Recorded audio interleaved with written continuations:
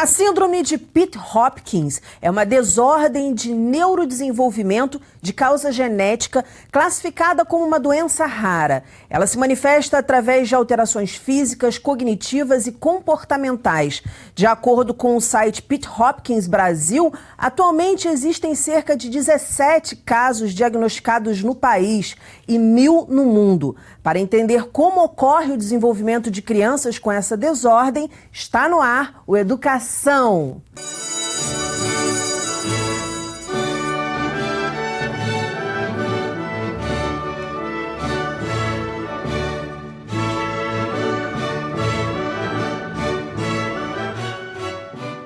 Meus convidados são a cerimonialista mãe do Tom, Lívia Mafra, o médico geneticista, mestre em medicina pela UERJ, professor da Faculdade de Medicina de Petrópolis, Cássio Luiz de Carvalho Ceral, e a psicóloga Flávia Parente. Muito bem-vindos ao programa.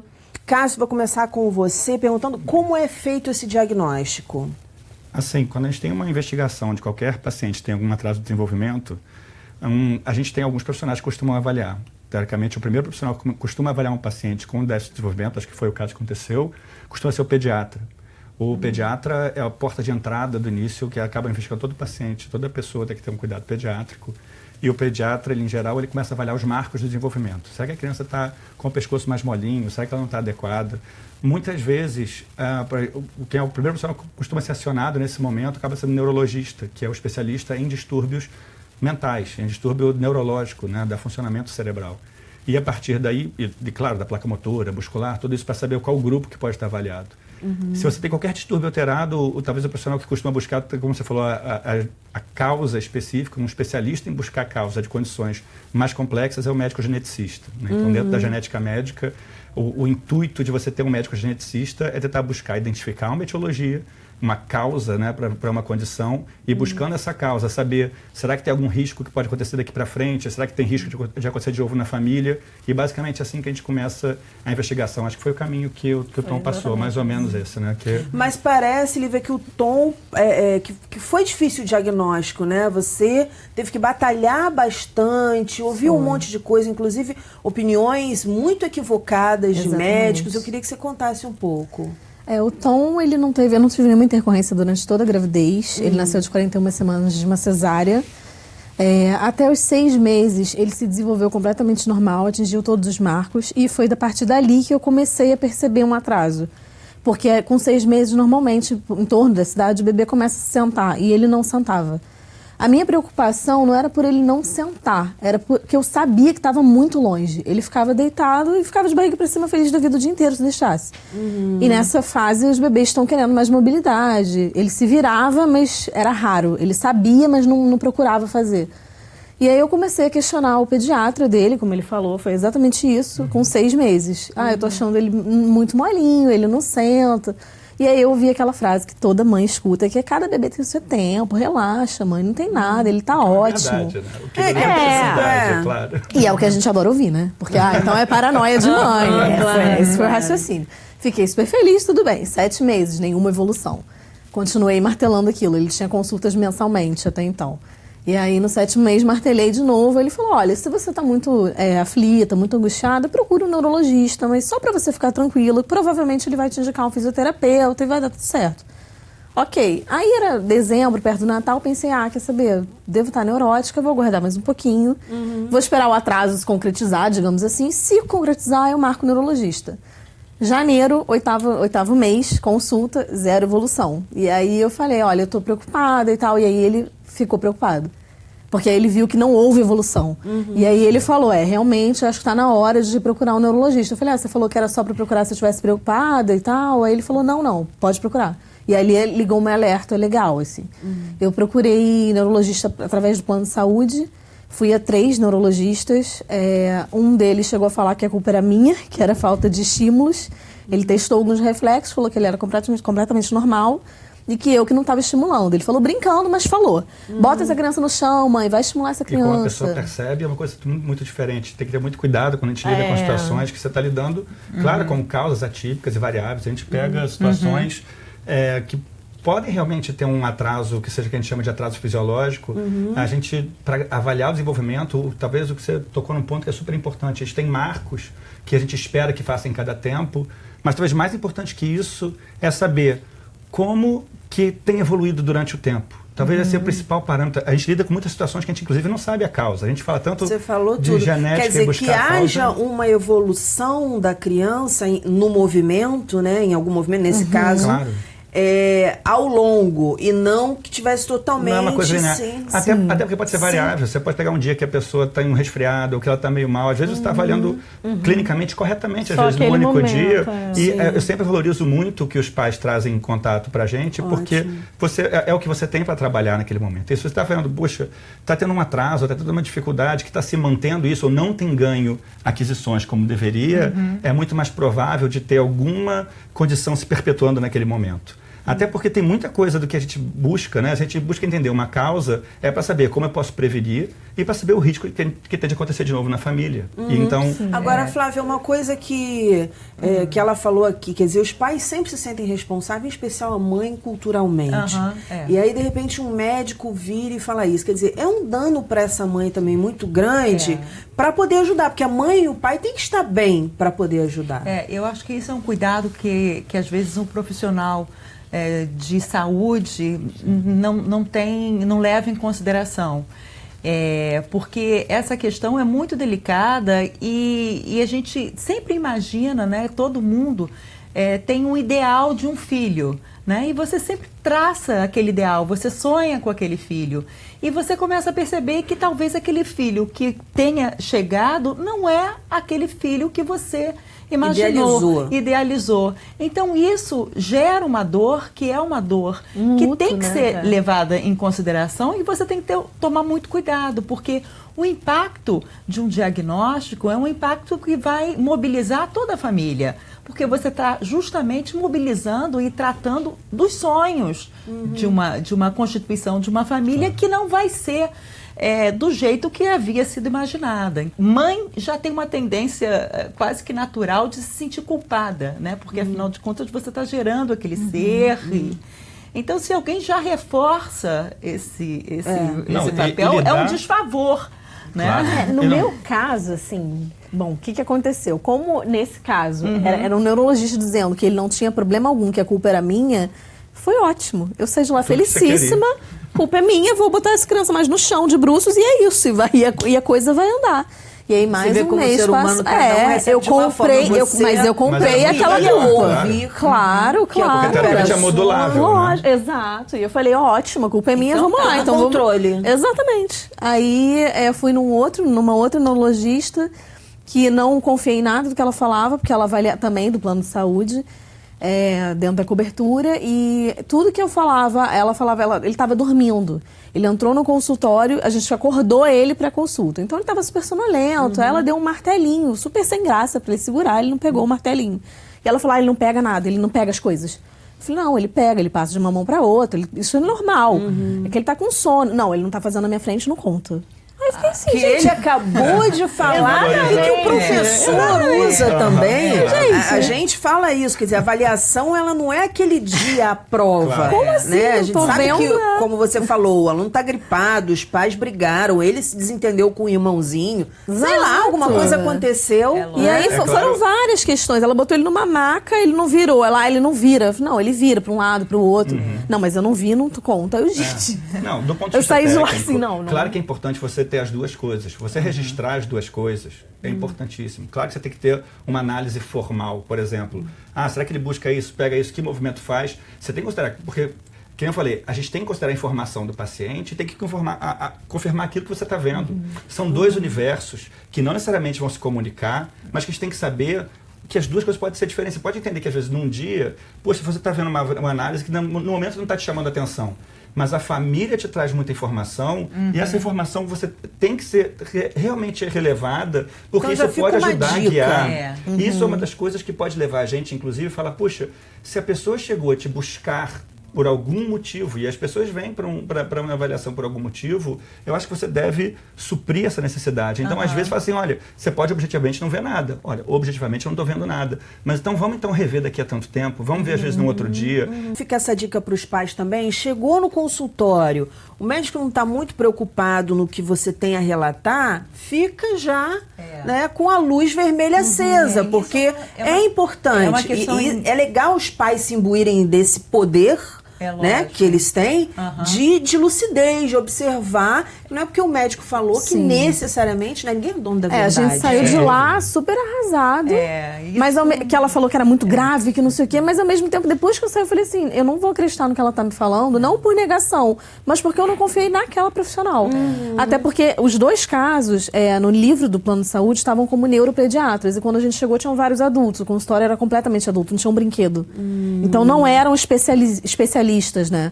Quando e aí que a gente foi pra rede privada. Eu tive que pagar um absurdo de consulta numa super especialista maravilhosa, que ficou 1h30 em consulta, ao invés de 10, 15 minutos. Isso faz toda a diferença. Totalmente. Você ter uma Ela empatia brincou com o com paciente, ele, sabe? Isso é uma pena, porque é uma coisa que a gente deveria buscar mesmo para poder... E é uma das coisas que eu acho que a gente pensar em medicina muito mais básica. Olha que eu estou falando do ponto de vista especialista, mas quanto mais a gente consegue prevenir situações, isso é muito melhor. E o tempo para poder a gente conversar, ou para a gente poder... Gente, eu quando vou falar com alguém de alguma coisa que está acontecendo comigo, às vezes 5 minutos eu estou tão nervoso no início de falar que já passou o tempo. Sim. Então eu acho que você dá tranquilidade para a pessoa poder ter tempo. E acho que tempo é uma das melhores coisas. E eu acho que é muito importante ouvir realmente, né, escutar os pais, porque os pais são os especialistas, na verdade. A gente está vendo 40 minutos, uma hora que ninguém seja. conhece mais os seus filhos do que os pais. Então, dá o espaço para os pais e, às vezes, o médico se sente um pouco naquela posição de saber. E os pais, às vezes, ficam muito recolhidos e não falam, não, mas ele em casa faz isso. Então, essa questão do empoderamento é muito importante, né? Porque você tem que mostrar. E o que ele não faz, às vezes a gente já sabe, né? Então, quando a gente vai no Google e pergunta e vê qualquer tipo de doença ou alguma síndrome, sempre vem uma lista do que a pessoa não vai conseguir fazer. Exatamente. Mas você tem que saber o que ele consegue fazer. E então, aí, é uma esse outra gancho maneira. que eu quero pegar. É uma Esse outra gancho que eu maneira quero de pegar. você enxergar aquela criança. Você vai enxergar aquela criança a partir das potências que ela tem. Exato. Então, ao invés de você ver o que ela não faz, você vai observar e você vai aprender a observar o que ela faz e o que ela faz bem. E ela faz bem. Isso é fundamental. Isso que nesse ponto que eu queria chegar. Educação. Que eu vi um pouquinho como é que está a educação do Tom. Quantos anos o Tom tem? Tá com 2 anos e 3 meses agora. Queria ouvir de vocês também. Como é que pode ser feito isso em termos de desenvolvimento cognitivo mesmo, aprendizagem, sintonia fina? Como é que fica isso tudo? Como é que está o Tom? Ele entrou na rede municipal. Tô muito feliz. Eu sou completamente apaixonada pela creche dele, pela diretora, pelas professoras dele. Eu dei muita sorte, eu acho, com a equipe, porque eu acho que independente de ser a rede municipal, eu estava conversando isso com a fisioterapeuta dele esses dias, e ela que levantou isso dessa forma. Ela falou, independente de ser na rede pública ou na rede particular, é difícil ter bons profissionais que sejam também bons humanos. Então, a pessoa que é uma boa profissional, mas tem humanidade. E a gente encontrou isso nessa creche. No começo foi muito difícil para mim, porque eu e meu marido, basicamente, temos uma rotina quase que de autônomos, e ele é autônomo. Então, a gente não tem babá, não tem ninguém que cuida. A gente tem a rede de apoio da família, do meu pai e tal, mas é a gente que fica com ele direto. Então, eram só nós 3 ali. Todos os dias. E, de repente, eu confiei ele, cheio de necessidades especiais, cheio de questões, que ainda, com 2 anos quase, ele ainda ficava sentadinho, ele já estava sentando.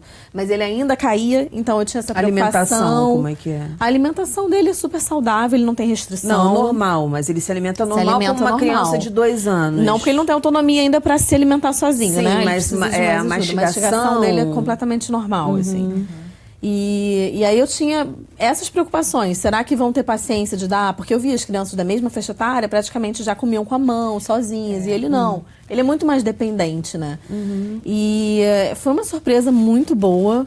Foi Pra mim, tá sendo muito gratificante manter ele lá. Eu venho percebendo o avanço dele na socialização. Ele tá muito mais tolerante com barulhos, com som alto. Se uma criança grita, ele não se assusta. Isso é parecido com o transtorno global do autismo, doutor? De som alto, de toque. Tem também, não? Tem, a gente assim, pode dizer o seguinte, quem a gente está falando, e quando a gente está vendo, por exemplo, quando a gente descobre uma síndrome ou uma causa, por exemplo, Pitt-Hopkins é uma condição que acontece por uma alteração do material genético, que a gente perde um pedaço do material genético do cromossomo 18. Isso é um evento que, claro, quando a gente descobre uma causa, né, a gente fala, como é que a gente chega numa causa? Nem sempre a gente chega numa etiologia. A gente começa buscando, o paciente teve um atraso de desenvolvimento, será que tem características que levam a gente a pensar em alguma síndrome associada? E aí, o que o nome síndrome quer dizer? Que a gente sempre ouve falar síndrome, mas pouca gente para explicar o que síndrome quer dizer. Síndrome é um conjunto de sinais e sintomas que acontecem ao mesmo tempo. Isso quer dizer, são coisas que acontecem juntas. Então, se uma coisa tem a mesma causa e acaba causando diversos eventos secundários, e eu quero descobrir qual é essa causa, eu tenho que saber quais são as coisas que acontecem juntas. Então, síndrome de Down acontece por características que são comuns às pessoas. Então, o olho é mais puxadinho, a orelha é mais dobrada, uma tendência a ter a boca aberta, a mão menor, pode ter alteração de defeito cardíaco, um distúrbio de linguagem específico. Então, desse ponto de vista, quando a gente identifica uma síndrome ou uma causa e acaba caindo no evento que você falou, você vai lendo, parece que vai acontecer isso ou aquilo. Gente, como você disse antes, ninguém é dono da verdade. Ninguém tem bola de cristal, ninguém sabe ver o futuro. A gente, enquanto médico, quando tenta identificar uma causa, o nosso objetivo é um objetivo muito prático, fazer assim, pode ter alguma coisa, como eu faço para evitar isso? Ninguém tem uma jaula dizendo assim, porque às vezes a sensação acho que é essa, né? Parece, olha, ele não vai conseguir isso e não vai fazer aquilo. E assim, eu acho que a gente, enquanto médico, a gente tem que sempre pensar no melhor, mas se preparar para o pior. Eu acho que a gente tem que preparar todo mundo para dizer assim, o que pode acontecer e o que eu posso fazer para melhor, para cada um poder chegar no seu melhor. Eu acho que a gente não tem um mecanismo que a gente consiga ainda dizer isso vai acontecer, isso vai ter acontecido. Você viu como eu estava certo? Esse tipo de situação. Então, por exemplo, com a alteração do cromossomo 18 que causa Pitt-Hopkins, outras pessoas que tiveram isso já apresentaram alguns distúrbios de comportamento que se apresentam como o que a gente chama de síndrome do espectro autista do desenvolvimento, que é uma alteração que a gente caracteriza uma pessoa quando tem essa síndrome comportamental, quando tem 3 campos de desenvolvimento afetados. É o campo da linguagem, o campo do que a gente chama de perseverança, com hábitos ritualísticos ou repetitivos, e o campo que a gente chama da socialização, da interação com o meio e com as outras pessoas do ambiente. Com 2 anos de idade, às vezes pensar nesse tipo de processo, eu acho que é muito precoce. Acho que é importante para a gente pensar assim, olha, outras pessoas que tiveram essa alteração genética, elas podem ter atraso na linguagem, por exemplo. Então, sabendo que, fazendo estimulação precoce, eu posso atenuar essa condição, como eu falei, se a gente começa a estimular desde cedo, eu posso diminuir o impacto desse tipo de evento, o que eu posso fazer para poder diminuir esse impacto? Então, acho que esse que é o ponto da gente chegar e, por exemplo, então vamos fazer o máximo de estímulo da parte de vocalidade, o estímulo de tentar sempre reforçar positivamente, porque isso talvez vai nos ajudar a que ela encontre outros caminhos dentro dela para chegar no melhor dela. Que você falou, que falaram aqui no programa, né? Que evitar, por exemplo, a criança aponta, né, para a água, para o copo d'água, esperar ela falar água, né, ou alguma coisa que sinalize aquilo. O que eu queria te perguntar? A diferença entre quem tem a síndrome e quem está no espectro do autismo? Quais as principais diferenças? Até hoje, quando a gente chama assim, eu prefiro a gente chamar de termo de espectro autista, porque todos eles têm que ter afetado esses 3 campos de desenvolvimento. Só que você diria que quem a gente chama de autismo clássico, aquele que apresenta todos os distúrbios mais graves. Então, tipo, distúrbio de linguagem e a pessoa não fala nada. Distúrbio de perseverança, ela só repete os movimentos estereotipados o tempo inteiro. Distúrbio de socialização, interage muito pouco com o ambiente ou com as pessoas ao redor. Então, se você tem esses 3 praticamente completamente afetados, é aquilo que chamam de autismo clássico, que é a minoria dos casos do espectro autista. Né? O espectro dessa ideia de muito mais amplo. Então, às vezes, tem distúrbio de linguagem, tipo, fala, mas fala num tom monotônico. Então, a síndrome está no espectro. Sim, exatamente. O espectro seria a parte mais completa do espectro. Ninguém sabe o que causa o espectro autista, o que é um dilema para a gente, ainda mais a gente na genética, você imagina. A gente sabe que diversas condições genéticas podem se associar. Mas eventos ambientais também podem estar associados. Então, tudo aquilo que tem de evento ambiental que a gente possa reduzir o risco, por exemplo, muito pouco se fala, e talvez seja uma das coisas fundamentais de trazer de informação, é que, por exemplo, o álcool fetal. Muito pouco se fala sobre o aspecto do quanto o álcool pode causar de dano ao desenvolvimento. Você imagina a gente que é adulto, se a gente está intoxicado por álcool, a gente não está nem apto para dirigir. Imagina um bebê em desenvolvimento, quando as suas primeiras fases de desenvolvimento primário, e assim, o álcool ele passa a barreira hematoplacentária, quer dizer, ele consegue chegar dentro do ambiente do desenvolvimento. Então, e a gente só descobre a gravidez com quanto tempo? Depois de 3 semanas, 4 semanas, o que quer dizer que em mulheres que teve idade fértil, o ideal é que elas realmente não tivessem uso de álcool, ou que elas conseguissem, potencialmente estando grávida, que conseguissem evitar esse tipo de evento, que pode, teoricamente, a gente tem como diminuir, a gente não sabe porque tem tantos eventos acontecendo. Não sabe se etiologia de diversas causas, mas a gente sabe que existe um dano provável. Obviamente, nem todo mundo que está exposto tem um evento linear, que nem eu falei, as causas não são únicas, mas tudo aquilo que a gente pode evitar que possa melhorar é importante. Então, saber, por exemplo, usar ácido fólico em mulher que está em idade fértil diminui o risco de ter um defeito tuboneural, diminui o risco de anencefalia ou de hidrocefalia. A gente sabe que quanto mais jovem se tem filhos, né, a partir dos 19 anos, principalmente, né, entre 19 e 24, a gente sabe que conforme a idade avança, o risco de anomalia cromossômica, tipo síndrome de Down, Patal, Edwards, condições genéticas ainda muito graves. Ainda é confirmado isso? Porque assim, eu já gravei com várias pessoas que tiveram filhos cedo e que o filho nasceu com síndrome de Down. O risco acontece em todas as idades. Isso quer dizer, tem muito mais pessoas jovens tendo filho do que pessoas com mais idade. Até conforme a idade passa, aumenta a chance de não conseguirem engravidar. Mas entre as pessoas que engravidam, quanto mais tardiamente, isso é importante, uma informação importante que a gente pode ter em termos de prevenção, porque aumenta o risco de ter esse tipo de condição. Então, para você ter ideia, o risco de uma pessoa com entre 19 e 24 anos ter um filho com síndrome de Down é em torno de 1 a cada 1.700 mulheres. Se você considerar para 40 anos, é em torno de 1 a cada 80 mulheres. Então, você vê como esse é um salto do risco bastante significativo. Sim. E hoje em dia tem maneiras da gente, antes do período de engravidar, tipo quando você está mais ou menos, quando você tem uma gravidez já com 10 semanas, por exemplo, no início da gestação tem um exame de sangue que tem como identificar esse tipo de evento. Então, são técnicas novas. Mas que evento que você diz? No caso, que só para anomalia síndrome? cromossômica, no sentido Down, Patal, Edwards, Turner, são condições de um cromossomo inteiro a mais ou menos.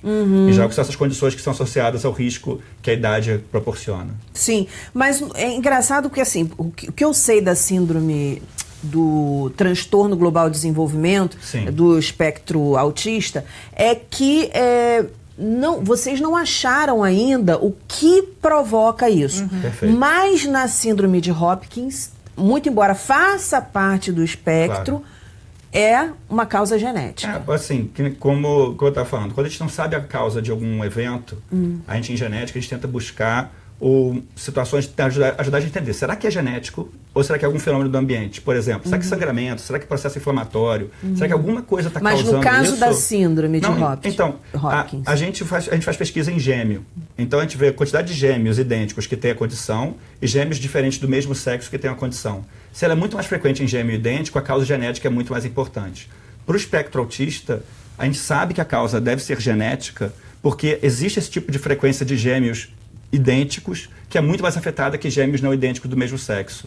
O que significa que a causa genética é preponderante para o espectro autista. Apesar disso, não tem nenhum marcador biológico para autismo ainda. Isso quer dizer, a gente não tem nenhum... É uma suspeita, é uma forte suspeita. É uma forte suspeita. E o que corrobora essa suspeita são justamente saber que condições genéticas causam o espectro autista. Então, por exemplo, síndrome do X frágil é uma causa frequente de espectro autista. 80% de pessoas que têm X frágil têm características de comportamento autístico. Em torno de 10% que têm síndrome de Down têm características de espectro autista. Se você pegar pessoas que nem falei, esclerose tuberosa, Pitt-Hopkins, entre várias condições geneticamente determinadas, existe causas genéticas que realmente se associam com o espectro autista. Apesar de tudo, não é, que nem eu falei, um evento linear. A gente não tem, inclusive, nenhum marcador que pode acontecer isso. E claro que a gente, descobrindo muito mais precocemente, conseguindo prevenir e conseguindo, talvez, atenuar essa condição com a parte do estímulo, é o que a gente tem buscado fazer. Na síndrome vocês já descobriram, né? A gente sabe que, eu nem falei, ninguém é dono da verdade, mas assim, a gente sabe que essa alteração, muitas pessoas têm essa alteração, têm espectro autista. Então, justamente por isso... No cromossomo que você falou, 18. É um pedacinho que...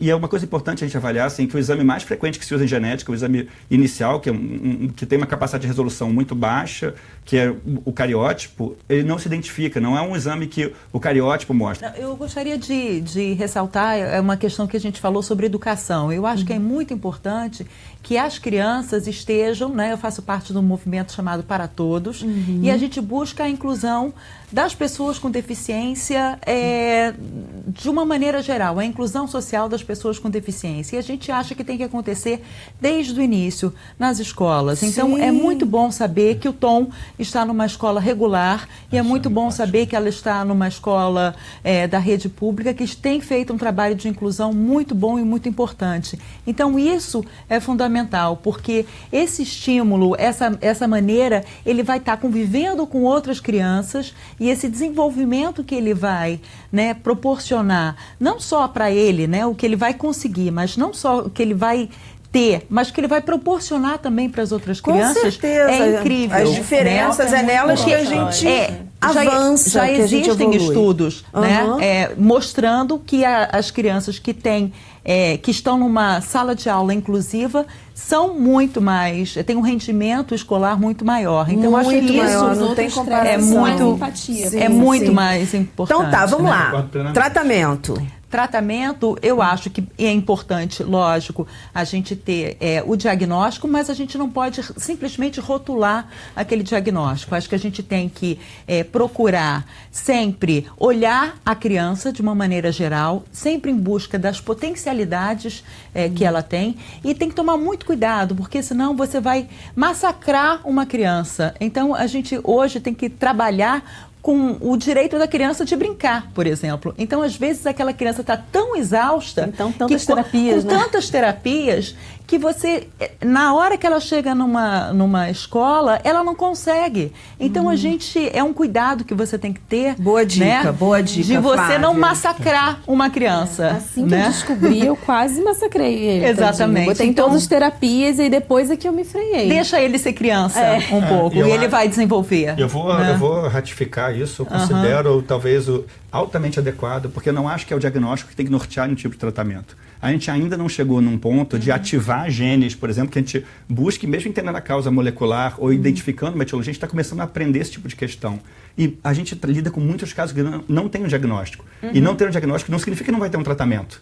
A gente pode não saber a causa. Na maior parte das vezes, a gente não acha uma causa específica. Não mudou nada. E o que mudou... Exatamente. Eu descobri isso. o diagnóstico. O que eu fiz? Eu só aumentei, na época, um pouquinho mais as terapias. de Que eu já novo- deveria até ter aumentado, E, mas de eu novo, tava aguardando o o mais diagnóstico. importante Não mudou pra nada. gente poder pensar no futuro, porque a gente tem que planejar o nosso futuro. A gente tem que se preparar para chegar na Holanda. E assim, pra gente poder se planejar de alguma maneira, eu acho que o fundamental é ver em que taxa de evolução está acontecendo as coisas. Como que você está aprendendo e desenvolvendo as questões novas. O quanto que ele, nos últimos... O que ele está fazendo agora que não fazia 2 meses, que não fazia 5 meses, que não Sim, fazia exatamente um ano. isso. Gente, eu vou precisar cortar vocês. A gente tem que gravar mais programas a respeito desse tema, porque realmente é algo que a gente conhece muito pouco. Eu não tinha ouvido falar ainda nessa síndrome até É raro essa mesmo, é pauta bastante chegar raro a mim, esse caso, o teu caso, chegar a mim. E como eu comecei o programa dizendo, né, não é uma síndrome muito comum, mas eu acho que a gente tem que se informar a respeito.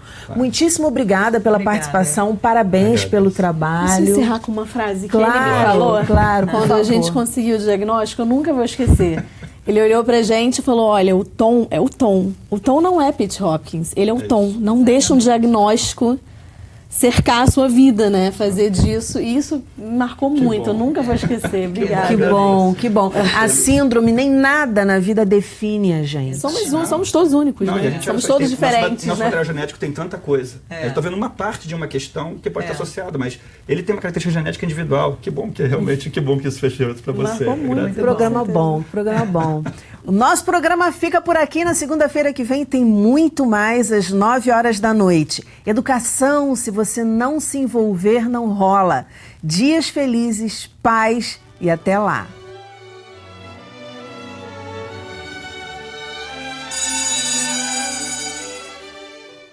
Cantiga de amor, sem eira nem beira, vira o mundo de cabeça para baixo, suspende a saia das mulheres. Ah, o amor, seja como for, é o amor.